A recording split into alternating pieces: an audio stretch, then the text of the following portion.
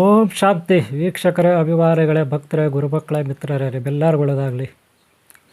ಮಾಟ ಮದ್ದು ನಿಮಗೆ ಯಾರಾದರೂ ಮಾಡಿಸಿದ್ರೆ ನೀವು ಹೇಗಪ್ಪ ತಿಳ್ಕೊತೀರೋದಿಲ್ಲ ಮಾಡಿಸಿದ್ದಾರೆ ಅಂತ. ಒಂದು ವೇಳೆ ನಿಮಗೆ ಮಾಡಿಸಿದ್ದಾರೆ ಅಂತ ಇಟ್ಕೊಳ್ಳಿ, ಯಾರೋ ಮಾಟ ಮಂತ್ರ ಮದ್ದು ಅಂತ. ಆದರೆ ಅದನ್ನು ನೀವೇ ಪತ್ತೆ ಹಚ್ಚೋದು ಹೇಗೆ? ನೀವೇ ಕಂಡುಹಿಡ್ಕೋಬೇಕು. ಯಾರು ಮಾಡಿದ್ದಾರೆ ನಿಮ್ಮ ಮೇಲೆ, ಯಾರು ನಿಮ್ಮ ಮೇಲೆ ಪ್ರಯೋಗ ಮಾಡಿದ್ದಾರೆ ಮಾಟ ಮಂತ್ರ ಮದ್ದು, ಯಾರು ಮಾಟ ಮದ್ದು ಮಂತ್ರ ನಿಮ್ಮಲ್ಲಿ ಕೆಡಿಸ್ಲಿಕ್ಕೆ ಪ್ರಯತ್ನ ಪಟ್ಟಿದ್ದಾರೆ ಅವ್ರ ಬಾಯಿಂದಲೇ ನೀವು ಹೇಳಿಸೋದು ಹೇಗೆ? ಅಲ್ಲೋದಲ್ಲ, ನಾವಿಲ್ಲಿ ನಿಮಗೆ ತಿಳಿಸ್ಕೊಡ್ತೀವಿ. ನೀವೇ ಹೇಳಿಸ್ಬೋದು ಅವ್ರ ಬಾಯಿಂದಲೇ ಹೇಳಿಸ್ಬೋದು. ಯಾರು ನಿಮಗೆ ಮಾಟ ಮದ್ದು ಮಾಡಿಸಿದ್ದಾರೆ, ಕೆಡುಕು ಮಾಡಿಸಿದ್ದಾರೆ, ಅವ್ರ ಬಾಯಿಂದಲೇ ನೀವು ಹೇಳಿಸ್ಬೋದು. ಯಾವ ರೀತಿ ಹೇಳಿಸೋದು? ಒಂದು ನಿಮಗೆ ತಂತ್ರಗಾರಿಕೆಯಲ್ಲೆಲ್ಲ ಹೇಳ್ಕೊಡ್ತೀರಿ. ಯಂತ್ರ ತಂತ್ರ ಮಂತ್ರ, ಯಂತ್ರ ತಂತ್ರ ಮಂತ್ರ. ನೀವು ಇದನ್ನು ಟ್ರಿಕ್ಸ್ ಅಂತೀರೋ, ಲಾಜಿಕ್ ಅಂತೀರೋ, ಉಪಾಯ ಅಂತೀರೋ, ಅದು ನಿಮ್ಮಿಷ್ಟ. ತಂತ್ರಶಾಸ್ತ್ರದಲ್ಲಿ ಏನು ಹೇಳಿದೆ ಅದೆಲ್ಲ ನಿಮಗೆ ಇಲ್ಲಿ ನಿಮ್ಮ ಮುಂದೆ ಹೇಳ್ತಾಯಿದ್ದೀನಿ. ಇದೆಲ್ಲ ನಂಬೋದು ಬಿಡೋದು, ಪ್ರಯತ್ನ ಪಡೋದು, ಫಲ ಪಡ್ಕೊಳ್ಳೋದು ಬಿಡೋದು, ಅದು ನಿಮಗೆ ಬಿಟ್ಟಿದ್ದು. ನಿಮ್ಮ ಜ್ಞಾನ ಮಟ್ಟಕ್ಕೆ, ಅವರವರ ಜ್ಞಾನ ಮಟ್ಟಕ್ಕೆ, ಓಕೆಲಾ? ಆದರೆ ನನ್ನ ಕರ್ತವ್ಯ ನಾನು ಮಾಡ್ತೀನಿ ಗುರುವಾಗಿ. ಹಿಂದೂ ಧರ್ಮ, ಹಿಂದೂ ಸನಾತನ ಧರ್ಮ, ಜೈ ಶ್ರೀ ಮಹಾಕಾಳಿ, ಮಹಾಕಾಳೇಶ್ವರ ಶಕ್ತಿ ಅವ್ರಿಗೊಂದು ಸುತ್ತ ನಾನು ಈ ಎಪಿಸೋಡನ್ನ ಪ್ರಾರಂಭ ಮಾಡ್ತಾಯಿದ್ದೀನಿ. ನೋಡಿ ಇವರೇ, ನೀವೇ ಕಂಡುಹಿಡ್ಕೋಬೋದು ಯಾರು ನಿಮ್ಮ ಮೇಲೆ ಮಾಟ ಮದ್ದು ಮಾಡಿದ್ದಾರೆ ಅಂತ. ಅದಕ್ಕೆ ಒಂದು ತಂತ್ರಗಾರಿಕೆ ಇದೆ, ನಾನು ಹೇಳ್ಕೊಡ್ತೀನಿ. ಪ್ರಯತ್ನ ಪಡಿ, ತಪ್ಪೇನಿದೆ. ಕೆಲವರಿಗೆ ನಂಬಿಕೆ ಇದೆ, ನಮ್ಗೆ ಯಾರೋ ಕೆಡಿಸ್ಬಿಟ್ಟಿದ್ದಾರೆ. ತುಂಬ ಜನ ನನ್ನ ಹತ್ರ ಕೇಳಿದ್ದಾರೆ, ಅಯ್ಯೋ ಗುರುಗಳೇ ನನಗೆ ಯಾರೋ ಕೆಡಿಸ್ಬಿಟ್ಟಿದ್ದಾರೆ, ಅಯ್ಯೋ ನಮ್ಮ ಮನೇಲಿ ಯಾರೋ ಕೆಡಿಸ್ಬಿಟ್ಟಿದ್ದಾರೆ, ಯಾರು ಮಾಡಿದ್ದಾರೆ ಹೆಂಗೆ ತಿಳ್ಕೊಳ್ಳೋದು, ಯಾರು ಮಾಡಿದ್ದಾರೆ ಹೆಂಗೆ ತಿಳ್ಕೊಳ್ಳೋದು, ಯಾರು ಮಾಡಿದ್ದಾರೆ ಹೆಂಗೆ ತಿಳ್ಕೊಳ್ಳೋದು ಅಂತ.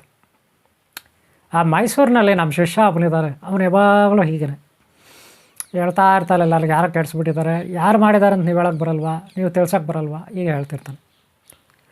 ಈಗ ನಾನು ತಿಳಿಸೋದಿರಲಿ, ನೀವೇ ಪ್ರಯತ್ನ ಪಡ್ಬೋದು, ನೀವೇ ಕಂಡುಹಿಡ್ಕೋಬೋದು ನಿಮ್ಮನ್ನು ಯಾರು ಕೆಡಿಸಿದ್ದಾರೆ ಅಂತ. ಅದಕ್ಕೆ ನಾನೊಂದು ಹೇಳ್ಕೊಡ್ತೀನಿ, ಗಹನ ಇಟ್ಟು ಕೇಳಿ, ಕೊನೆವರೆಗೂ ವಿಡಿಯೋ ನೋಡಿ, ಓಕೆಲಾ? ನಿಮಗೆ ಹೇಳ್ಕೊಡ್ತೀನಿ ಭಾಳ ಸುಲಭವಾಗಿ. ಮೊದಲನೇದಾಗಿ ನೀವು ಒಳ್ಳೆಯವರಾಗಿರಬೇಕು, ಓಕೆಲಾ? ಶುದ್ಧರಾಗಿರಬೇಕು.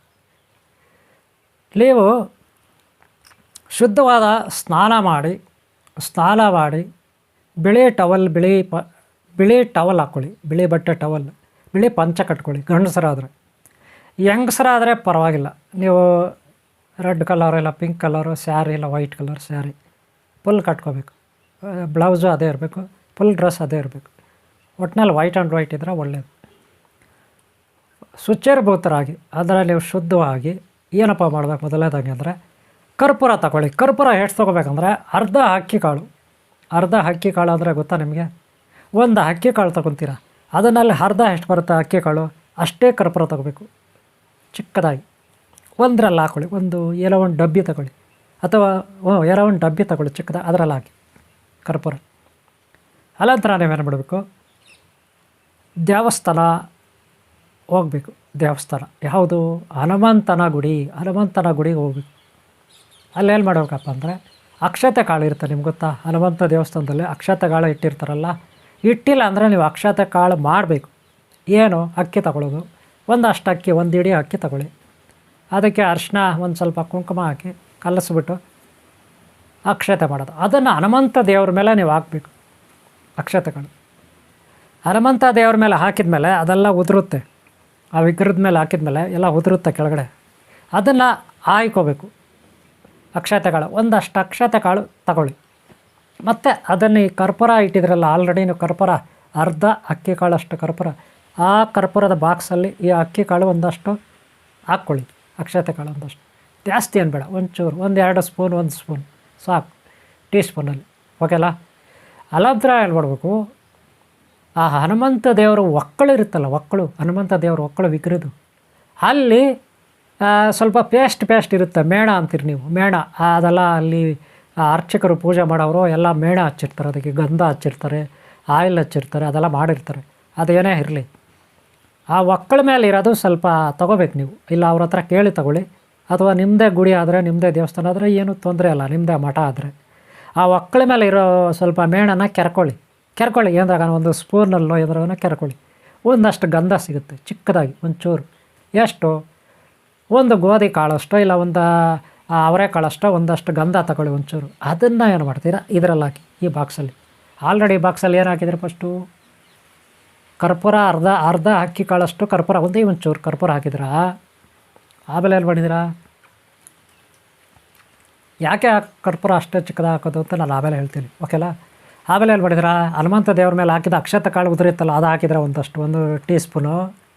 ಆಮೇಲೆ ಏನು ಹಾಕ್ತಾಯಿದ್ರಿ ಈಗ, ಆ ಹನುಮಂತ ದೇವ್ರ ವಿಗ್ರಹದ ಮೇಲೆ ಇರೋ ಒಕ್ಕಳ ಮೇಲೆ ಇರೋ ಏನು ಆ ಗಂಧ ಅಂತಿರಲ್ಲ ನೀವು, ಮೇಣ ಅಂತಾರೆ, ಅದನ್ನು ಮೇಣ ಅಂತಾರೆ, ನೆನ್ಪಿಟ್ಕೊಳ್ಳಿ. ಅದನ್ನು ಕೆರ್ಕೋಬೇಕು, ತಗೊಂಡು ಅದರಲ್ಲಿ ಹಾಕ್ಬೇಕು. ಅಲ್ಲಿ ಎಷ್ಟಾಯಿತು, 3 ಐಟಮ್ಸ್ ಆಯಿತು.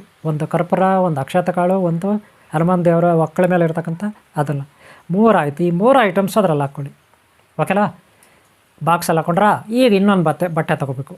ಒಂದು ಅರಿಶಿಣಕ್ಕೆ ಕೇಸರಿ ಕಲರ್ ಬಟ್ಟೆ ತೊಗೋಬೇಕು, ಒಂದು ಕೆಂಪು ಕಲರ್ ಬಟ್ಟೆ ತೊಗೋಬೇಕು, ಒಂದು ಅಷ್ಟುದ್ದ, ಒಂದು ಚಿಕ್ಕದಾಗಿ ತಗೊಳ್ಳಿ. ಅಂಗೈ ಆಗಲ್ಲ ತಗೊಂಡ್ರೆ ಸಾಕು, ಅಂಗೈ ಆಗಲ್ಲ, ಅದು ಅಷ್ಟೇ ಇರೋದು ಮೆಟೀರಿಯಲ್, ಓಕೆಲಾ. ಅದರಲ್ಲಿ ನೀವು ಈ ಅಕ್ಕಿ ಕಾಳು ಇದನ್ನೆಲ್ಲ ಹಾಕಬೇಕು. ಯಾವುದರಲ್ಲಿ, ಕೇಸರಿ ಕಲರ್ ಬಟ್ಟೆನಲ್ಲಿ ನೀಟಾಗಿ ಕಟ್ಬಿಟ್ಟು ನಾನು ನಿಮಗೆ ಒಂದು ಬೀಜಾಕ್ಷರ ಮಂತ್ರ ಕೊಡ್ತೀನಿ, ಒಂದು ಬೀಜಾಕ್ಷರ ಮಂತ್ರ, ಓಕೆಲಾ. ನೋಡ್ಕೊಬೇಡಿ, ಇದು ವಾಗ್ದೇವಿದು ಮಹಾ ಸರಸ್ವತಿ ಬ್ರಾಹ್ಮಿ ಮಂತ್ರ, ಬ್ರಾಹ್ಮಿ ಶಕ್ತಿ ಮಂತ್ರ ಕೊಡ್ತೀನಿ. ಈ ಮಂತ್ರವನ್ನು 108 ಸಾರಿ, ಎಷ್ಟು 108 ಡೇಸ್ ಟೈಮ್ 108 ಸಾರಿ ಹೇಳಬೇಕು. ಹೇಳ್ಬಿಟ್ಟು ಆ ಅಕ್ಕಿ ಕಾಳು ಗಂಟಿದೆ ಅಲ್ಲಿ ಶೇಡ್ತಪ್ಪ, ಅದನ್ನು ತಗೊಂಡೋಗಿ ಎಲ್ಲಪ್ಪ ಅಂದರೆ, ನಿಮಗೆ ಯಾರ ಮೇಲೆ ಅನುಮಾನ ಇದೆ, ಯಾರು ಮಾಡಿಸಿದ್ದಾರೆ ಅಂತ ಅನುಮಾನ ಇದೆ, ನಿಮ್ಮವ್ರು ಯಾರೋ ಆಗದವ್ರು ಯಾರೋ ಮಾಡಿಸಿದಾರಲ್ಲ, ಅವರ ಮಲ್ಕೊಳ್ತಾರಲ್ಲ ಮಂಚ, ಆ ಮಂಚದ ಕೆಳಗಡೆ ಕಾಲು ಇರುತ್ತೆ ನೋಡಿ, ಕಾಲು ಕಟ್ಟಿಬಿಡಿ, ಅಥವಾ ಅವ್ರ ಹಾಸಿಗೆ ಕೆಳಗೆ ಇಟ್ಬಿಡಿ.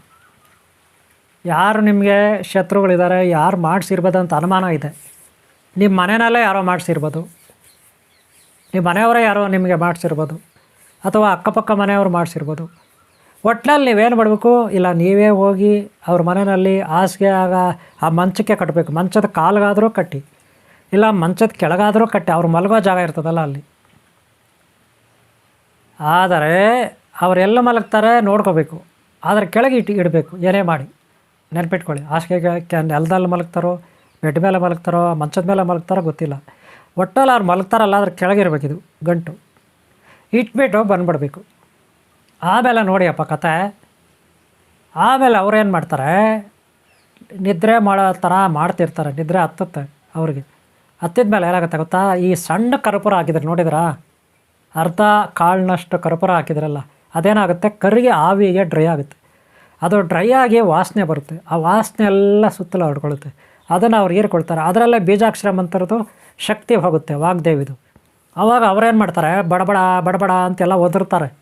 ಏನು ಒದರ್ತಾರೆ, ನಾನು ಇಂಥವ್ರಿಗೆ ಕೆಟ್ಟ ಮಾಟ ಮದ್ದು ಮಾಡಿಸಿದ್ದೀನಿ, ಇಂಥವ್ರ ಹತ್ರ ಹೋಗಿ, ಇಂಥ ಗುರುಗಳ ಹತ್ರ ಹೋಗಿ, ಇಂಥ ಮಂತ್ರವಾದಿ ಹತ್ರ ಹೋಗಿ ನಾನು ಏನೋ ತಗೊಂಡು ಬಂದು ನಿಂಬೆಹಣ್ಣು, ಮೆಣಸಿನ್ಕಾಯೋ, ಇನ್ನೊಂದು ಮತ್ತೊಂದು ಮಾಟ ಮದ್ದು ಮಾಡಿ ತಗೊಳಲ್ಲ, ಚಕ್ಕೆಗಳು, ಬೇರುಗಳು, ಇನ್ನೊಂದು ಬೊಂಬೆನೋ ಗಿಂಬೆನೋ ಏನೋ ಒಂದು ತಂದಿದ್ದೀನಿ, ಇಂಥವ್ರ ಹತ್ರ ಹೋಗಿ ದುಡ್ಡು ಕೊಟ್ಟು ಅವ್ರ ಹತ್ರ ಮಾಡಿಸ್ಕೊಂಬಂದಿದ್ದೀನಿ, ಇಂಥವ್ರ ಮೇಲೆ ಮಾಟ ಮಂತ್ರ ನಾನು ಮಾಡಿದ್ದೀನಿ, ಇದನ್ನು ತಗೊಂಡೋಗಿ ಇಂಥ ಕಡೆ ಊತಿದ್ದೀನಿ, ನಾನು ಹೀಗೆ ಮಾಡಿದ್ದೀನಿ, ಹಾಗೆ ಮಾಡಿದ್ದೀನಿ, ಹಾಗೆ ಮಾಡಿದೆ, ಹೀಗೆ ಮಾಡಿದೆ, ಅಲ್ಲಿ ಹೋಗಿದೆ, ಇಲ್ಲಿ ಹೋಗಿದೆ, ಟೋಟಲಾಗೆಲ್ಲ ಬಡಬಡ ಅಂತ ಒದರ್ತಾನೆ.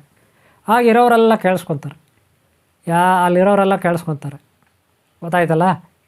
ಈ ರೀತಿ ಅವನು ಓಪನಾಗಿ ಹೇಳ್ಬಿಡ್ತಾನೆ, ಎಲ್ಲ ಓಪನಾಗಿ ಹೇಳ್ಬಿಡ್ತಾರೆ.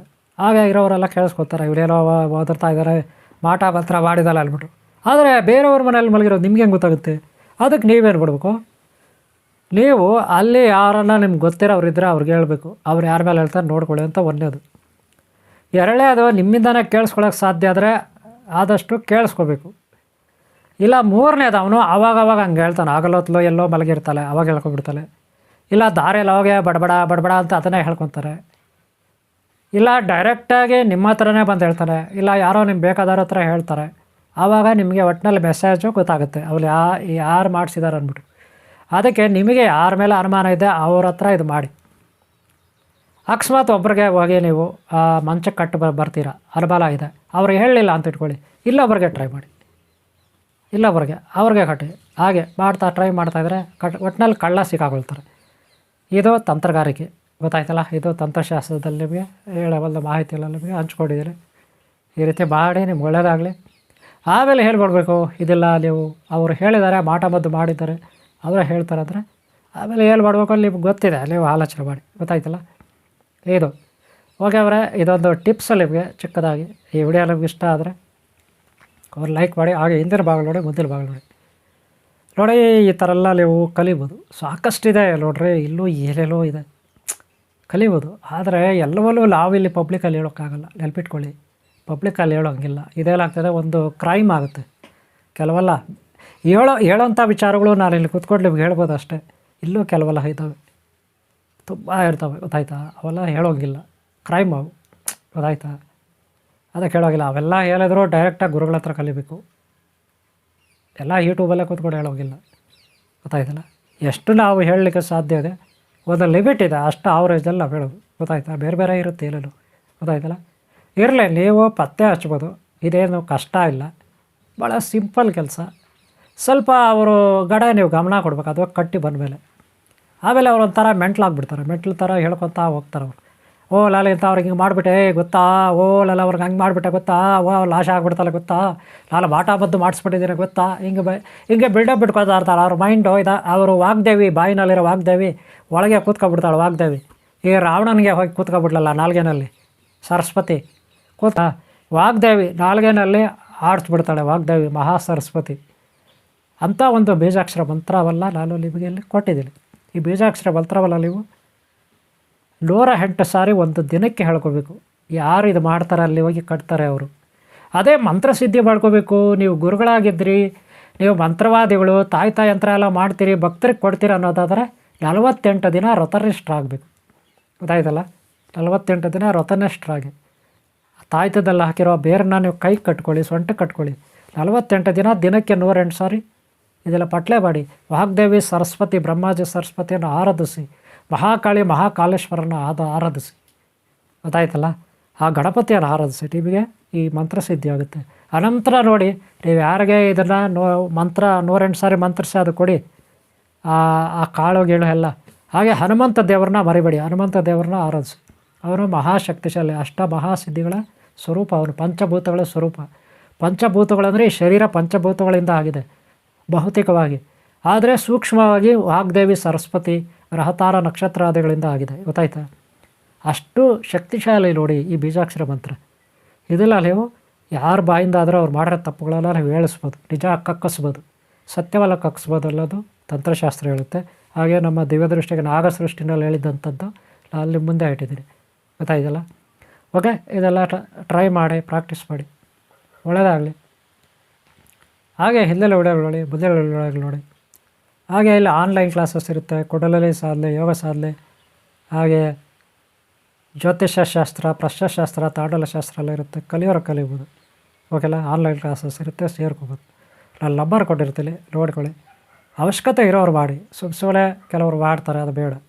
ಓಕೆ, ನಿಮ್ಗೆ ಒಳ್ಳೆಯದಾಗಲಿ. ಇಲ್ಲಿವರೆಗೂ ನೋಡಿದ್ರೆ ವಿಡಿಯೋ ಅವ್ರು ಲೈಕ್ ಮಾಡೋದು ಬರಬೇಡಿ. ಸಾಧ್ಯವಾದರೆ ಕಾಮೆಂಟ್ ಬಾಕ್ಸಲ್ಲಿ ಬರ್ರಿ. ಇಲ್ಲಿ ಯಾರೋ ಡೌಟ್ಸ್ ಇದ್ದರೆ ಕೇಳಿ. ಒಳ್ಳೆ ಥರ ಯಾವಾಗಲೂ ಇರಿ, ಒಳ್ಳೆಯದಲ್ಲಿ ಮಾಡಿ, ಆರೋಗ್ಯ ನೋಡ್ಕೊಳ್ಳಿ.